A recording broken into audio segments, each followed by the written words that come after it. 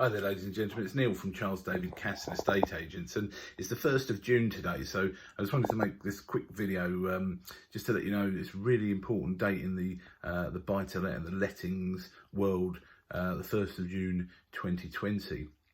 Because a year ago, on the 1st of June 2019, something called the Tenant Fee Ban Act came in, which means that tenants can no longer be charged any administration fees.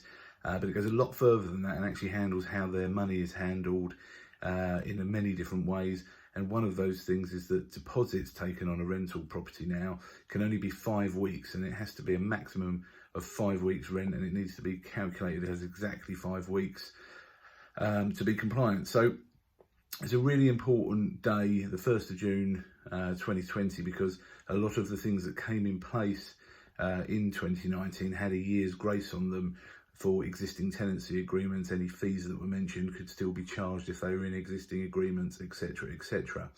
Well, as of today, that has now ended. So even if you've got an existing agreement which mentions fees in it, any fees to tenants, be that renewal fees, administration fees, anything like that, can no longer legally be charged in the UK rental market.